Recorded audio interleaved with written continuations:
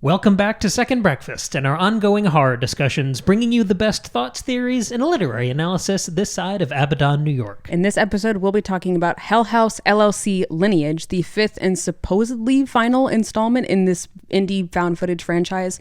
It's been released to some pretty wildly divisive reviews and a big meltdown throughout the fandom, and we loved the film, and we think that backlash is kind of ridiculous. So we're going to break it down and talk about why. Let's get into it.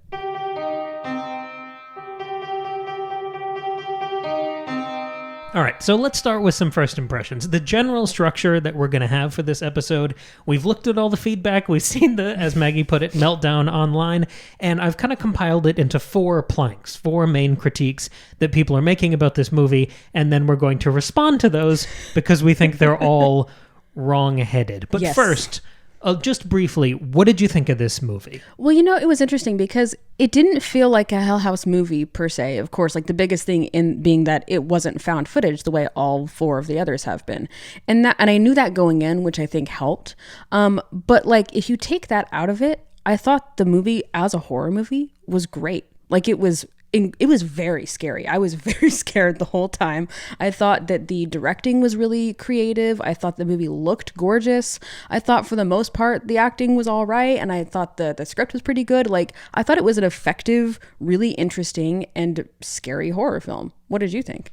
Well, I really loved that we got to see this one in a theater. That's the first for this franchise. True. We've watched the rest of them at home. We've seen the first one a number of times. Mm-hmm. And for those who maybe don't know about this franchise, we're going to spoil this. But yeah. The first one is a group of kids buying up this old hotel in upstate New York that they're going to turn into a haunted house. Right. And as they're staging that on opening night, it turns out some of the stuff's actually real and alive, and there's a really, really fucked up clown, and it's a found footage classic. I think it is genuinely one of the best horror movies, one of the scariest horror movies, one of the best found footage horror movies ever made. The first one is a stone cold classic. Right, and we talked about that movie in a couple episodes earlier on this summer, so go check that out if you want to like dive into we did a single standalone episode about it. I thought we did too. Oh no, we did too, because we each had one. For me. Yeah. Maggie had a fantastic Faust fable analysis of it. It was fun. Putting our usual Christopher Marlowe's Dr. Faustus framing on top of Hell House. And then I had a discussion as well, which is escaping me at the moment. It was about like why it's so scary. That's how you broke it down. And this coming Friday, we're going to do a massive Hell House episode about all of the sequels. In between, But this one is just a standalone episode about the last episode, just because of this weird backlash happening at the moment. Yeah. We wanted to hit that while the wave was going. For my thoughts on the movie, I enjoyed it a lot. I think seeing it in a theater, I thought the sound was incredible. Yeah. Seeing it next to you in a theater, you were scared shitless through most of this movie. I was really scared through this movie. I love so much that this is a horror franchise 5 entries deep, where the entire thing has been written and directed by one guy. That is really amazing. I cannot think of another franchise across any genre that has that level of continuity and consistency within the creative team. Right. Often the original creator drops out around film 2 or 3, or even after the first one. And if the first one is that much of a classic, if it's that perfect, and I truly think it is, I could sit anyone in my life down and know that movie would ruin their night. Yes. I adore about this franchise the depth and the lore, the density of the lore, and how it expects you to follow along. To know the names, to know the timeline. I like that it's a little demanding. Yeah. I like that because this franchise, from the second movie on, is diving into that lore. We talk about Saw all the time. From the moment the second movie starts, it has the complexity of Saw 7. You're absolutely right. But then you get 4 movies of that level of intricacy in plotting.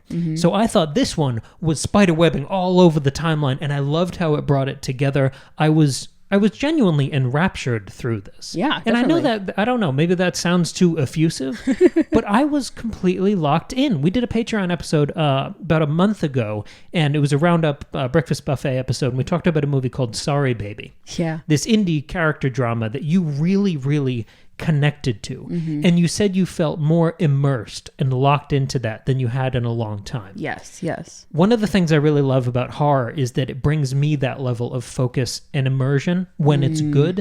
I'm thinking about Oculus, from a few years ago, yeah. I really, really connected with that movie. I felt so invested. I felt so scared. I felt so outside myself. I was never aware that I was in a dark room looking at a screen. I was just in that world. And maybe it's because we've been so immersed in the Hell House lore, but the whole time I was watching this, I kept thinking, oh, I can't believe this is still going. And I've seen so many people talk about how they felt like this movie was slow and boring. Every time I had one of those moments of this movie still going, I was happy because I wanted more of it. You're right. It was interesting because the movie, it felt long, but not in a way that it was like, oh, this is too long. It was just, this is a long journey. And I'm like, and I can't believe it's still going. And I'm so immersed and so afraid. And I have no idea when it's going to end or how it's going to end. Yeah, it was a very immersive experience. So let's move over to the big critiques. Yeah. Because the fandom has not liked this, to the point of I've seen multiple statements from Stephen Cognetti, who's the writer-director of the whole franchise, across Twitter, and I even saw it on Instagram. He was doing a little walk and talk video of just, I don't know, processing what the fandom was saying. And I mean, he was doing the thing you're supposed to do when you're the captain of the ship, of like, the cast and the crew did a great job. If you don't like the movie, blame me. Yeah. And I just wanted to respond to that. That's the reason we wanted to jump on this early instead of waiting for the full discussion on Friday, because I genuinely disagree with so much of what this like snowballing hatred for this film. Me too. Let's start with the big one, the first plank here, which is that the move away from found footage ruined this film. How do you respond to that? I think that's so harsh. Like I part of me wished it had been found footage, because that feels more in line with the whole franchise, with the conceit of the story. And I just think it was an unusual move. But at the same time, he did traditional movie, as in non-found footage, really well. So I'm not mad about it. And I also think that, thinking about this story, how they would have, made it work so that it was found footage, like how would they have justified these characters all filming all the time? Like, because it goes outside of like specific locations. Movies 1 through 4 always take place in either the Abaddon Hotel or the Carmichael Manor. And like, that's it. It's very rare that you leave those interiors, and within those places they're filming because they're like, oh, we got to catch the supernatural shit going on or document our haunted house or whatever. But of course, in this movie, why would Vanessa be filming herself at her apartment? Like, it doesn't make sense. Or why would the drunk guy in 1989 stumbling through a carnival be filming himself? Right, exactly. So like, they wrote a different kind of movie. And I wonder what the decision was. Did they decide to, like, did they think of the story first and then realize, oh, found footage won't work? Or did they think, I don't want to do found footage anymore, let's try something else, and that gives us way more possibilities with our story? I'm guessing it was that one, because he's pretty thoughtful and he's got a lot of this, like, if he's building all of this lore in his world, Stephen Cognetti, I mean, like, he wouldn't just be like, oh shit, I can't do found footage, oh well, like, he would have thought about it. There is such connective tissue throughout, particularly this film. So the lead, and I'm trying to slightly obscure this before we get into the fuller spoilers, but the lead of this movie is a surviving lead from the third movie. Mm-hmm. The big revelation at the end of the film is about a side character from the second movie, and there's also a great revelation about a character from the fourth movie nested in there, and some callbacks of characters in the fourth movie who appear in a different way, and there's some timeline hopping. So I think absolutely this starts on a plot level. Okay. And then I think it would have felt contrived to graft a found footage thing on top of this. Yeah. I would have watched that movie happily, but I was fine with this. And if anything, I was impressed that even though, like I said at the start, it didn't feel quite like a Hell House movie because it was not found footage, I still found that the feeling of the story, and just the horror of it was maintained. Like, the clowns and the cult, all of those in the cult were equally frightening, even though they were presented in a very different stylistic way. So I was impressed by that, because some things kind of, like, I don't know, I feel like it depends on what your creature design is and what your type of horror is. Like, presenting it in found footage versus a traditional format, one might be more or less scary than the other. And in this one, I found they were equally scary. I'm going to disagree with something you just said, that at the beginning you didn't think this felt like a Hell House movie. Because I really did. And I think we need to zoom out here. This franchise has been going for 10 years. We are 4 movies into a 10-year franchise. Compare 5. it to... Yes. Yeah. Compare it to maybe the only other situation like this in indie horror, which is the Terrifier franchise. Oh, okay. Yeah. And that's one guy making this whole thing. And if you watch the beginning sequence of All Hallows Eve, the first time you see Art the Clown, and compare it to Terrifier 3, they look different. But there's also a continuity there. And the difference, the thing that bridges the gap, is a natural creative progression. Sure. It is following the development, the maturation, the passions, the urge of the creators. You can see Damien Leone or Leone. I never know. I always look it up, try to commit it to memory, and then fuck it up when I'm on the mic. It's okay. But I think this absolutely felt like a natural progression of the series to me. If you watch the first movie, the second movie, it is very grainy. It's that whole kind of VHS style, hyper grain, Blair Witchy found footage thing, where they've got the purposely shitty camera. Then you move into the third one, and it's like a news crew. Right, so they have much nicer cameras. Much nicer cameras. More cameras. Yes. To the point that there's someone handing out cameras to most of the cast and crew working the Insomnia production. So you get lots of angles of the same scene. Yeah. Then you move to the fourth movie, and it's basically a YouTuber. And those are HD cameras. Yeah, she's got 2. Yeah. They're film cameras. Yeah, I mean, it's basically the Bourne Identity versus the Bourne... What's the second one? Supremacy. Yeah, okay. Yeah. Ultimatum's the third. See, that one rang weird in my head, so I dodged the word. It's not a fun word to say. That one felt so shaky and handheld. I would say by the time you get to Hell House 4, it feels like, oh, this is a normal movie camera just being operated shaky and handheld. Yeah, sure. That's the conceit. I see. Where it feels like more of a YouTube-y thing. So to move from HD cameras there into number 5, which is HD cameras, but they're not shaking, that felt like a natural progression to me. You know, that's a really good point. I hadn't really thought of it that way, but you're so right. It's different from Hell House 1, but there's an evolution across all 5 of these stories to the point where this felt totally natural, and it had that same strong, authorial voice from the one writer and director knowing this world inside and out. I felt totally at home. There was like a curiosity factor the first couple times of like, wow, I've never seen the clown really stand still like that. I've never seen him so in focus. And I just like found it. Yeah, sure. I did find it weird that like some characters weren't acknowledging the camera because I'm so used to that, especially when you've got repeat characters coming back who you've seen in the other movies where they are aware of the camera. So that was like a little strange, but you know, after about 5-10 minutes, I wasn't thinking about that all that much anymore. You know, like I did catch myself wondering, oh, how would this scene feel if it was found footage? But I wasn't like missing it. But you've kind of seen that. Yeah, it's not just repeat characters like you're talking about. It's repeat villains. It's the clown in the background of the handheld shot. It's always scary, but we've seen that for 4 movies. It's the cult members standing in the background, but we've seen that. And this movie has plenty of scares all about the cult and all about the clowns. Totally. But it's presented in a slightly new way. And, you know, by the time you get to the 4th movie, you're starting to think, you know, how are they still making documentaries about this shit? Like, haven't they learned, okay, don't go in with a film crew and film the stuff and blah, blah, blah. So, like, by the time you get to this 5th movie, I do think it makes sense that, of course, they wouldn't be doing that kind of thing anymore, especially because the Abaddon's burned down and, like, I guess minor spoilers, but going into the Carmichael to do an exorcism, why would you bring a camera for that? Like, that doesn't make sense. So I think it in world, in universe, and in this like stylistic evolution like you're talking about, I think it the more you think about it, it does make sense that it's not found footage. So yeah, I thought it worked just fine. But it's a good shakeup too. It lets you analyze the clowns and the cult from a new angle. It lets them do different types of scares with the same characters and fears that you've been thinking about and developing in your head. And honestly, if Stephen Cognetti didn't want to do another found footage movie for this one, I'm glad he didn't.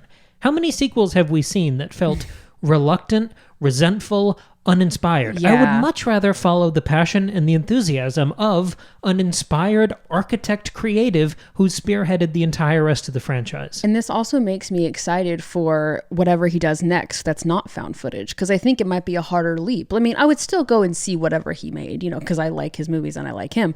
But I have more faith, like if he does another like traditional horror movie that's not found footage, I'm like, oh, I know he can do that well because he's already done it. Or maybe he wants to do a found footage movie that isn't about one clown. Sure, yeah. But it's sort of like a... I get that level of fatigue creatively. Right, and it's not like I don't want to say it's a thesis statement, but it's a like, hey, I can do other stuff too. And I appreciated that because he did it really well. Exactly. He can do other stuff. Yeah. This is an incredibly capably made movie. Let's move on to the second plank here. Okay. The movie, and this, I'm kind of aggregating critiques I've seen online. Well, of course, The movie is slow, it's boring, it's bad acting, and it has too many dream sequences. That's silly. I like the dream sequences. That's kind of the whole point, is your main character is going through like horrible PTSD after dying. So yes, her life is slightly surreal now after coming back from the beyond. Of course she's going to have dreams. And again, I like that as sort of a new thing, because you don't get dream sequences in the original movies because they're all found footage. I mean, the whole thing feels like a horrible nightmare, which I think that also gives you some continuity, but it's a different kind of thing. So I could see Stephen Cognetti going, I can do so much more now. Like, found footage is limiting, which creatively is interesting. Like, creative limitations always breed really interesting, you know, creative results.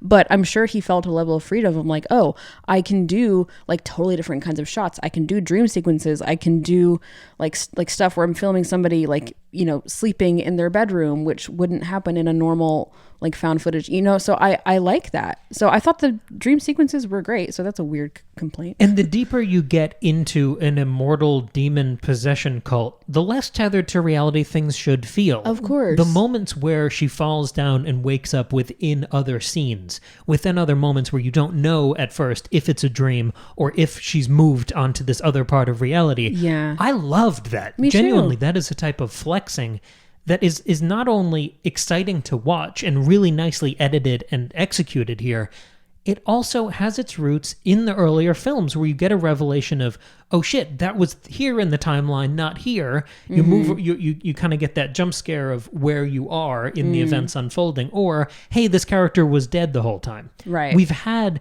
this type of POV surrealism many times before. Again, all of this, there's a clean line of breadcrumbs from the first movie to this movie. None of this is out of left field. And as for the comparison, the complaint that it's too slow, I mean, I think all 5 movies, but especially like the first one and this one, have moments where the plot does slow down, but it's like for character work. And that's what makes, I think that's what takes a horror movie from good to great, is good characters. And I think that the moments in between don't feel slow. They're interesting.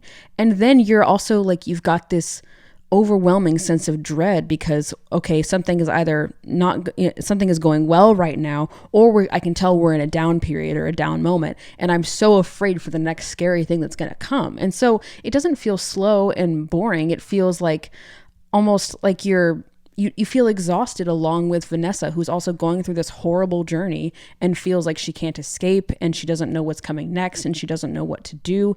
It didn't feel boring. It felt like exhausting, which I think is the goal. And again, whatever we're calling down moments in a horror movie have been there the whole time. Yeah. And those are the moments that make the scary parts work. You have to invest in the characters to care whether or not they live or die. So having the group at Hell House in the first movie having a good time at the bar makes you care about them when they're, and then there were none being snatched away by the fucked up clown. Exactly. You have that here, but even those downtime moments are incredibly closely tied to impending revelations. Absolutely. The thing I loved about this movie was the character focus, and I think this is part of the evolution of Stephen Cognetti's work, is that this entire supporting cast, they all get little arcs. If you think about all of the deaths, I don't know, it feels like one every 10 minutes we get a death scene. If you think about and I guess, spoiler, we're getting into the heavier spoilers now. If you think about the ex-husband, if you think about the bartender, if you think about the guy from the therapist's office, all of those people get full arcs. Yeah. They're not just like cannon fodder to make sure the audience is still awake. They're all tied into the main narrative, and they get their own full sequence where you're invested in them, and then you see them die in a really interesting way that doesn't just jolt you awake, it furthers the story. Yeah, it's not just like the fun, let's kill off one of the kids in the slasher because we're bored. Like it's serving the larger story. It's patient, it's dense, it's architected. And as for the knock that the acting's bad, I've seen so many people come for the actor who plays Vanessa. I thought she was very good here. Again, We've seen characters, and she's, I guess, spoilers again, she's the character who has come back from the dead. Yes. From kind of dying at the end of 3 and then being resurrected when Russell sacrificed himself and he was kind of an angel and he brought the portal. them back. Yeah. So we've seen characters die and then exist. We've seen Sarah. She had that scene at the end of the first one where we found out, oh shit, she was dead and she's some like reanimated corpse thing now. Yes. We had the revelation that Tully was on the TV broadcast in the second one. We've had, it's been multiple times we've seen dead people, and then they come back in later movies and they're either scary or like the way we saw Margot in this movie, they're kind of playing pretend to fuck with the next generation of victims. Right. Those have always been jump scare, mic drop moments of like, oh shit, Sarah's dead. Yeah, it's horrifying. Yeah. We haven't then followed her for a whole movie. I love this as a creative challenge of taking one of those hollowed out, undead, dead characters and making them the protagonist. I think it would make sense that you were kind of freaked out, that you were kind of unsteady. These all felt like creative choices from an actor. Sure. I found her incredibly convincing. I loved the strain, the breakdowns. I loved how much she was grappling with these revelations, but also just the weirdness of existing after dying. I was going to say, I found the things I liked most about her performance were the more subtle moments, like the moment, like when she's in therapy or when she's trying to stay calm but isn't calm, like, and is just, you can tell processing and thinking a lot, and it's just on her face and it's not in her dialogue. I thought she did that stuff really well, like I think compared to maybe the more like the higher emotional moments, but her subtlety, I think that's harder to do. Anybody can scream and sound afraid, but a lot of people can't convey deep emotional turmoil internally. That's hard to convey. She did a good job. And again, I think in the jump from found footage to more traditional filmmaking, you see more detail. And I loved the performance, the character work done in those smaller gestures, the way she moved her head, the lines in her face versus the younger version that we've seen. Again, the beautiful thing about this franchise is the continuity. It's the actors coming back even for tiny, silent cameos. It means so much more. And I loved even her hair being kind of stringy and dirty. Yeah. I loved seeing that in such detail. I know. I'm always so disappointed. I love that she looks like a real person, Yes. like a real person Yes. who's traumatized. Because it's always so annoying when you've got this character on screen who's going through some real shit and they look incredible. And you're like, nope, number one, nobody looks like that. And certainly not somebody who's going through so much shit. They're not going to style their hair in this like stunning way. Of course, her hair is going to look greasy and she's going to look exhausted because she's going through shit. I really admired that they maintained a lot of that grounded reality that you get in the found footage films, because nobody in those movies is super done up or Hollywooded out either. Like they all look like real people. The vest that Alex wears in the first one. Oh my God, the vest. I mean, he feels more like a genuine person with that costuming than any horror movie I've ever seen. And even the newscaster, and I think that the second or third one, I think the second one, she looks like she's more made up, but she looks like she's on a local news channel. She doesn't look like she's had her makeup professionally done by a Hollywood makeup artist. She looks like she had it done she did it herself for her local news channel. Yes. You know, like there's a real attention to reality and the groundedness in the styling. Totally. And that grounded human quality isn't just on screen, it's in the script. One of the things that really kind of stuck with me and bothered me and broke my heart about this movie is the conversations between Vanessa and her roommate who works at the drive-in. And it was the number of times she had to try to coax her out of her bubble and out of her fear and anxiety by just mentioning the free popcorn. Yeah. And it was like 3 or 4 times, and it wasn't, I mean, she's not a college student who's that hard up for money. Right. It wasn't about that. Yeah. And I no. love that they hit that a few times without explaining it. I found that there was such a yearning and a kindness and a sadness in that. Yeah. And I thought Vanessa's performance really dialed into that quiet humanity in the script. I did really like the roommate, and I actually wish we'd gotten a bit more from her, because Totally. I thought their relationship felt, again, very true, because the roommate isn't this like wonderfully, amazingly wise person who can solve all of Vanessa's problems, but she's also not like a dumb idiot who's like, oh, I don't know, girl, you just need to relax. Like, she was a real person who you could tell knew a lot about Vanessa's shit and had helped her many times, but like, there's only so much a friend can do, especially in a weird situation like this. So she's like making her tea and being like, come have free popcorn. Like, she's trying so hard, but she's also only a human being and she can only do so much. None of the characters in this franchise are punchlines. No. And how many horror movies can you say that about? Yeah, and they're not stereotypes. Like, they all feel like real people. The third plank I want to hit here, and this is the bigger one, but I wanted to build to it a little, is that this is not a finale. It's not a worthy final movie in the franchise, and that ending on the cliffhanger reveal is total drink more Ovaltine bullshit. Yeah, I will say, the thing that I didn't like about this movie was the ending. And I don't have a problem with a cliffhanger ending, especially in an ongoing series. But what I found frustrating was how much in all of this press and all the lead up to the film, Stephen Cognetti has said, this, I promise, is the final film. There will be no more. I'm ready to move on. This is the last one. And then to end the movie the way you end it, that's not the last movie. And so I'm very confused. I want to walk through this kind of point by point, because I think Yeah. this is incredibly granular work to do it properly. Yeah. Because I understand that response. Yeah. I saw online before, I didn't mean to, I kind of got not spoiled, but I knew it ended on a cliffhanger. Yeah, So and I you told me that too, so it's helpful to know that going in. I think I would have been a lot more upset if I hadn't known that. Well, no, I don't think you... I don't know. And we can't know at this point. Well, sure, I don't yeah, know. I'm But guessing. I think...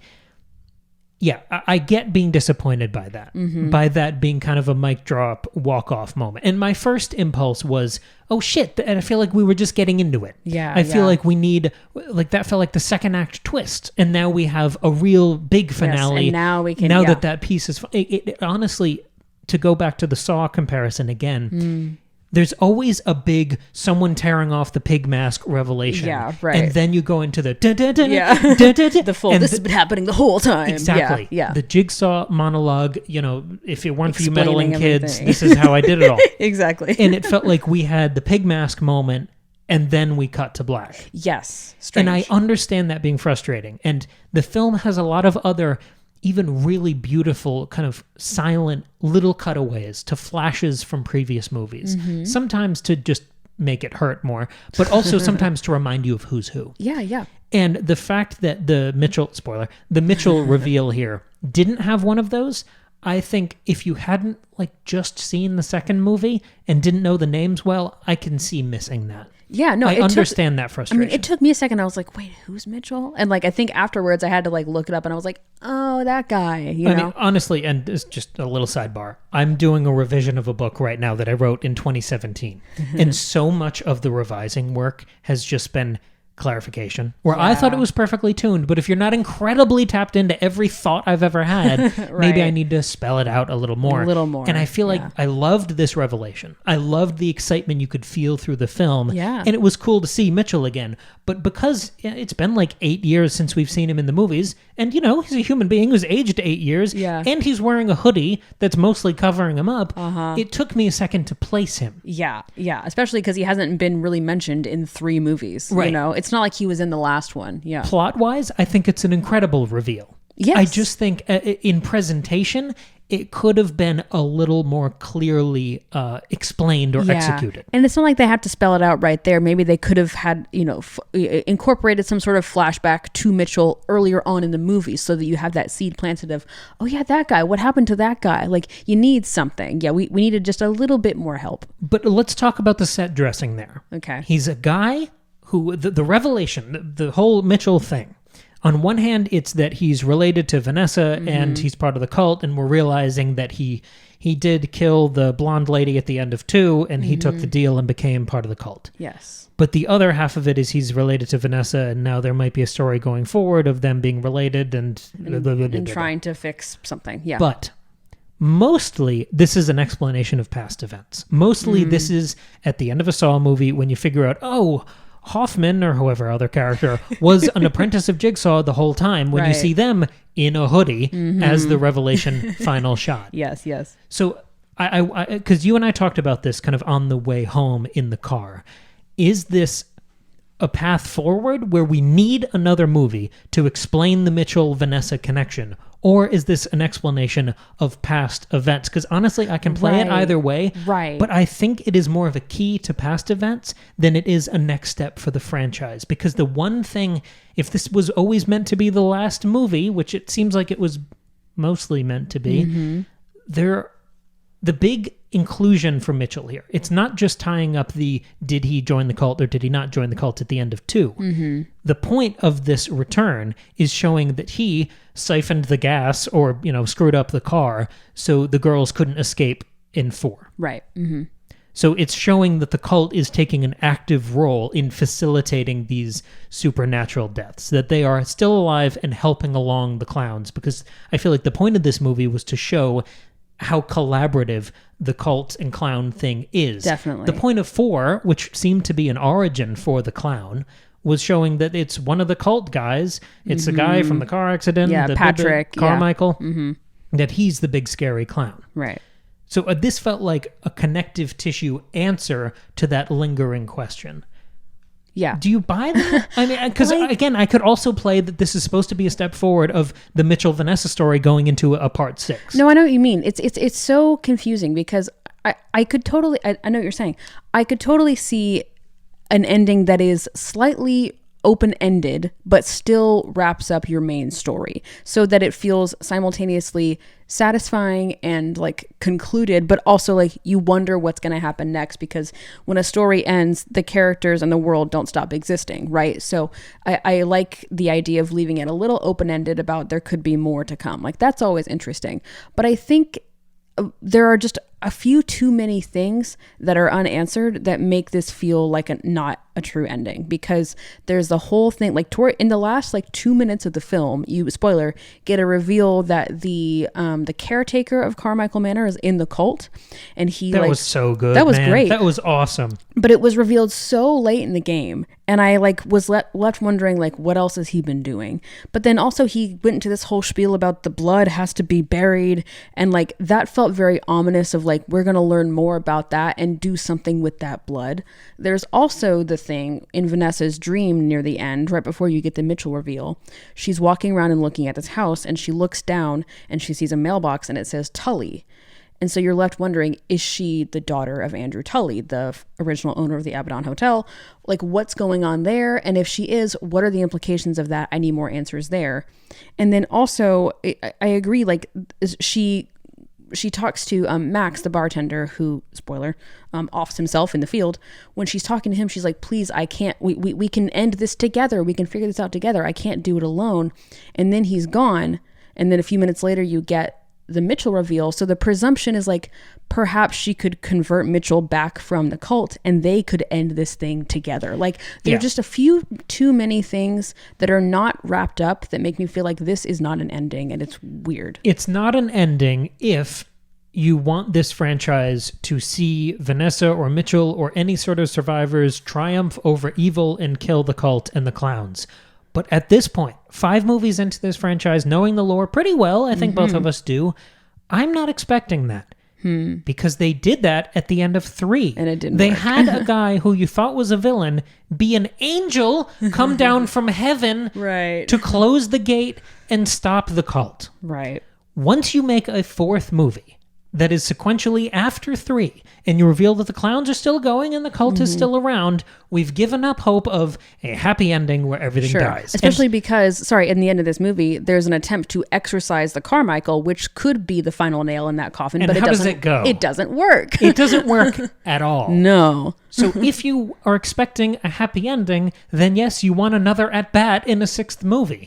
But I have been conditioned, because I've been paying attention, that that's not how this thing is going to wrap up. You're right. I just think the presentation needed work. I want to, yes, and I want to hop the fence now and play devil's advocate, because I genuinely, this is, I think, the most worthwhile critique of the film. Yeah. Because as audience members, since the beginning of time, we've always wanted things to have happy endings. Sure. We want to see good triumph over evil. It's the most predictable thing, but it's also the thing we yearn for in our hearts. That's why people got so pissed at Game of Thrones. It's why anytime you try to do a rough and tumble sort of ending, people get kind of thrown and bitter. Or they say, what was the point of that? Yeah. Why if Arya's not going to kill the Night King, why did we bother following her for 7 seasons? Yes, right.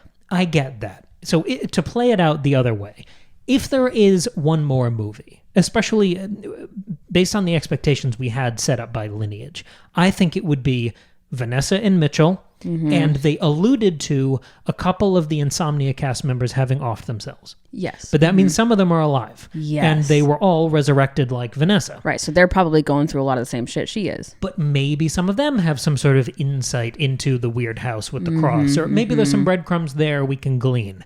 So it would be the Vanessa Mitchell story of her trying to bring him back to the light not side, cult side. Yeah, with whatever information he's had working with Tully, and then they would work together to close the gate, which is fine, right? I don't know if we need that. The thing is, though, you could do that and they could fail. Like, I just think some lore questions are not answered, but like too many of them. We've seen everyone fail. If we were going to end it that way, the exorcism would have been successful. I just don't know. What's really getting me is the blood thing. Why introduce the blood in the soil and also the Tully thing? Like, I'm just confused. If an exorcism of a house would have ended this cycle, then they wouldn't have switched it at the end and said the real house that matters isn't the Carmichael Manor, it's this other little charming cottage with a cross on the outside. Right. And they would have had the exorcism be successful, and that would have been the end. But they didn't do that. And I don't think that's a drink more Ovaltine, we want to make more movies thing. I think they say earlier in the film, like, evil will always exist. There's always bad shit going on. And I think that's an interesting thesis, and I'm fine without a happy ending. Maybe what they could have done is just like, I think they needed maybe like 2 more minutes at the end to maybe clarify the Mitchell thing a bit more, clarify what that house is and Tully, and maybe clarify a little bit of like what happens next. Like, who are they going to try to haunt or go after next? Like, is there another surviving descendant of that car crash that we're going to hint at, they're going to track down? Or maybe that was one of the cast members of Insomnia. Like, I just needed a tiny bit more. Or explain the blood thing. Yeah, what's the Kill blood Vanessa. thing? What's the deal? Yeah. Explain that a little better, that, maybe we don't need her anymore because we have Mitchell. You're right. With a little bit more, we could have tied this in a bow. But with what we have, I still think there's a conclusion here. Yeah. It's not conclusive in the way history doesn't end and these cycles of violence and victimization don't end. I mean, this is a time-hopping horror movie series about a clown. So we get to talk about Pennywise a little. Sure. And that's all about 27-year cycles, and even when it ends, it doesn't end, and it'll come back because it's a big fucking turtle in the sky, and everything's kind of immortal. Yeah. We have that kind of supernatural gesturing here. So I'm not expecting him to get staked through the heart and everyone goes dancing off into the sunset. No, I'm not expecting that either. But yeah, just need a little more something. Now, I have a question. Yeah. Did Stephen Cognetti, what were his words? Did he say, this is the last Hell House movie, or did he say, this is my last Hell House movie, or this is the last one I'm doing? I've seen a little evidence in both directions. He did some interview on a podcast that I haven't gotten to listen to yet because I've been doing this. Sure. Where he might have said maybe it was just his last one, but because I wonder if there is a plan or a hope, like, depending on, money and stuff. Could someone else take it over and do a 6th installment? I would not want that, but I wonder if the ending was written this way so that possibility could be open. That's what I'm wondering then about. It's season 4 of The West Wing. I just feel like there were too many things introduced at the end for this to be the end. Yeah, but again, I can't think of any handoff in franchise history where you have one person writing and directing 5 movies and then handing it off and having no involvement. No, that would be ridiculous. That sounds disastrous. I'm just trying to understand why these choices were made, and that's the only thing I can think of. I'm not happy about that, but that's all I can think. Maybe this is a me problem. My instinct in that situation is to look to the text. It's not to start critiquing the thing like I know all the answers. It's for me to say the answers are in the text, humble myself, jump in there, get my hands dirty, and find the answers. Sure. I don't know. Maybe that's it. I know what you're saying. Well, I like to be deferential to the art, but again, I know most people don't do that. Maybe there's just like a deleted scene that helps explain this better. No, I think it's in the text. Yeah, okay. I think it's a cyclical sort of ending and a clarification that this does not have an happy ending and it's not going to. the last plank that I've seen online here is that this is the worst movie of the franchise, the worst movie of the year, the worst horror movie I've ever seen. I'm so confused by that. I mean, my first answer is see more movies. Yeah, like what are you talking about? But also, I just refer to the previous point that it's different from the other movies, but I think if you watch them again, there's a very clear progression here. Yeah, I think that kind of hyperbole comes from disappointment. I don't think and the internet. Yeah, I don't think it's like I've seen a bunch of movies this year where 8 months in, this is the worst one. It's I wanted this to be something else and it's not, and it's really disappointing me, and therefore I feel like this is the worst movie of the year. I understand that mentality. Yeah. I've been there about things that have really disappointed me, so I get that, but also like be measured and think before you type. I mean, free speech, say whatever the fuck you want, but sure. like, you know, maybe just think a little harder. But it's an internet poison thing a little bit too. Yeah. Everything is either the best or the worst. And then they made. feed each other, and then people are like, actually, yeah, that movie was bad, because nobody trusts their own opinion, because nobody has any critical thought or media literacy, and so they're like, oh, someone else said this was bad, then I also think it was bad. I want to also be on the right side of this, you know? I think this has the spirit of the other four. I think it has a slightly new style, which I found interesting and exciting. I don't know. I found more connections here. I found more answers in the franchise. There were new questions too, but I really enjoyed this entry. And if we don't get more, I'm not going to say, oh, this was a great horror movie with 4 really bad sequels. Yeah. I don't feel that way at all. I think I feel such affection for all of the sequels. I think 4 is probably the strongest sequel. Yeah, but right. I like 2, 3, and 5 a lot. Certainly. Yeah. No, this whole series is great. And I mean, so many horror franchises just fully implode as they go on, or they become different things entirely, or like we've been saying, like different creators are brought on, and so then new visions are brought in, then it no longer feels like the original thing, and then it just, like, so many horror franchises fall apart, and this 5 installment franchise has continued to be excellent. Nothing will top the magic of the first, because that one is so special, but that's fine. They don't try to redo the first one and the other 4. I think that's why I like them so much, and maybe we'll get into that in our episode about episodes 2 through 4. I won't, or movies 2 through 4. I won't get 2 through into 5 it here. We're going to talk about them all as sequels. On Friday, we're going to talk about all of the Hell House sequels together in their role as sequels and in what they do with this evolving Faust meditation that you talked about so brilliantly in our first Hell House discussion. So we're going to include 5 in that Yes, we are. I didn't know that, listener. Absolutely. That's news to me. How exciting. It is, Cool. as you'll remember, a Hell House sequel. Yeah. Well, but I just figured because we were doing this. Going back to the title just for a moment here, Lineage. That doesn't, to me, just mean, oh, all these movies are connected and some of these people are even related. To me, that is very much a signpost of the cyclical nature of this story. Of killing the next generation of the bloodline and the next generation. And this Patrick character is kind of stuck in this purgatory of killing and killing and killing. I don't know. I just didn't... I don't get it. I don't get the vitriol at this film. I don't either. It's such a strange criticism to have of this movie. It doesn't make sense to me. But I would love for somebody to explain to me with, you know, thought and nuance why they didn't like it if they didn't. Because they're just saying it was slow and boring, the worst entry ever, is not a helpful discussion. So. I would always love more of franchise like this. I would watch 20 of these and be there with an Excel spreadsheet trying to keep it all straight. I would love another one of these movies. Maybe you can do the, as you said, offing themselves. You can do the cult ritual mass, back in time in the beginning of the cult, and then you can do the Vanessa Mitchell story, and they gather the Avengers of the Insomnia cast, and they close the...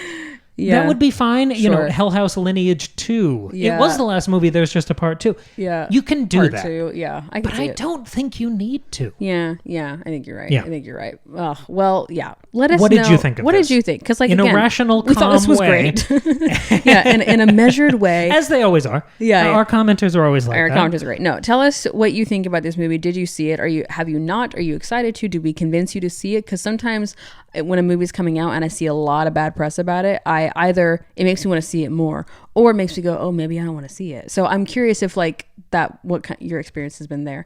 If you're on YouTube, you can comment below. If you're just listening on a podcast platform, you can send us an email or a DM. We're secondbreakfastpod at Gmail or on Instagram.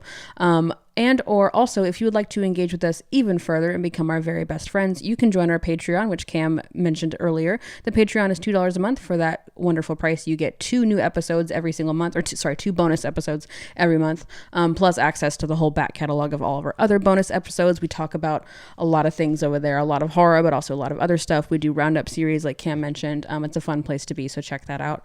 Also, if you want to support Cam even more and you want a good laugh, check out his latest book, Lemon Tarts in Space. It's a light sci-fi dark comedy. You can enjoy it. It's basically like Alien meets, what have we said? Monty Python. It's Flubber meets Friday the 13th. It's a delightful, goofy time. You can read it as a regular novel, or you can listen to the fully produced audio drama. It's a really good time. Not found footage, but it's got a fun old-timey radio effect. It's got some great effects. A little bit. The audio drama is really good, y'all. Like, check out the audio drama. It's one of the best things I've ever heard. I really adored it.